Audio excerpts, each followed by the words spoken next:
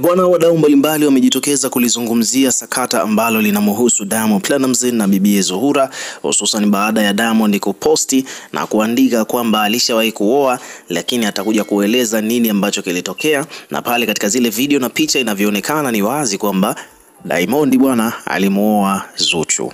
Sasa mambo yamekuwa ni mengi, watu wanajiuliza kwamba nini ambacho kimetokea mpaka Diamond akaamua kuachana na Zuchu, na tumeona kwamba wamekuwa wakipambania hii issue kwa muda mrefu sana.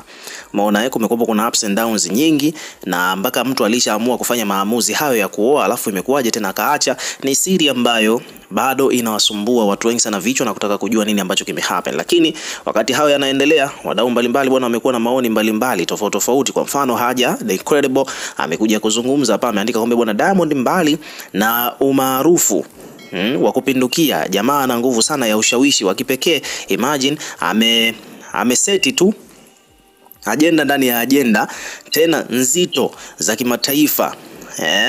Na jambo limejibu. Jamaa ana power ya kuamua taarifa ipi izungumziwe na nini kizungumziwe kwa wakati gani. Kwa msanii huyo kiukweli ni mafanikio. Kwa hiyo issue ya Diamond kutrend tu na hii swala la yeye kumuoa Zuchu na kuachana naye ni kitu ambacho watu wameona kwamba yuko na power kubwa sana kwenye swala la ushawishi, hususan kwenye mitandao ya kijamii. Lakini pia Haja ameandika hivi kwamba ujumbe wa Diamond umebeba mambo makuu mawili: kujipongeza kwa kuwa mvumilivu na kutojibu na kuzungumza mambo hadharani yanayomhusu. 2, taarifa yake ya kuoa siku za nyuma, but deep down ni kwamba ukisoma vizuri utagundua kwamba kuna shida kwenye hiyo ndoa. Maana ametumia neno atasimulia. Umeona haya.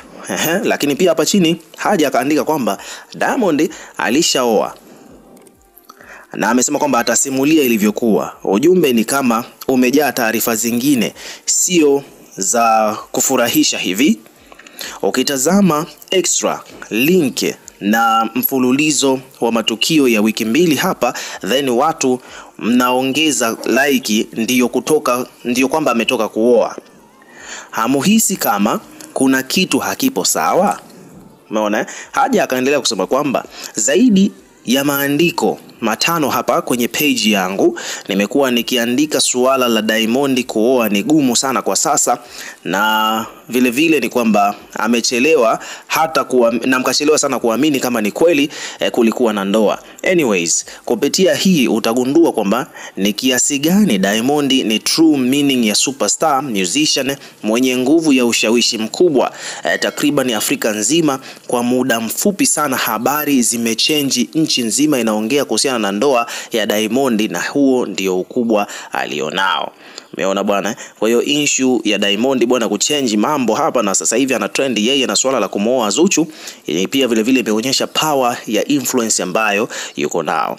Lakini kuna jamaa mwingine hapa anaitwa Schneider.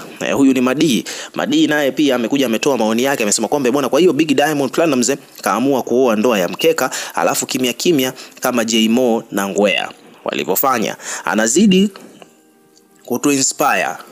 Nisikie mtu ananidai michango ya harusi au mtoto wa mama mkwe huko bwana anataka harusi kama ya Jux na P. Umeona? Kwa hiyo Schneider Madi anasema kwamba kwa kitu ambacho Diamond amekifanya, kumbe alishawahi kuoa na alioa kimya ndoa ya mkeka, hakuna cha harusi kubwa wala nini.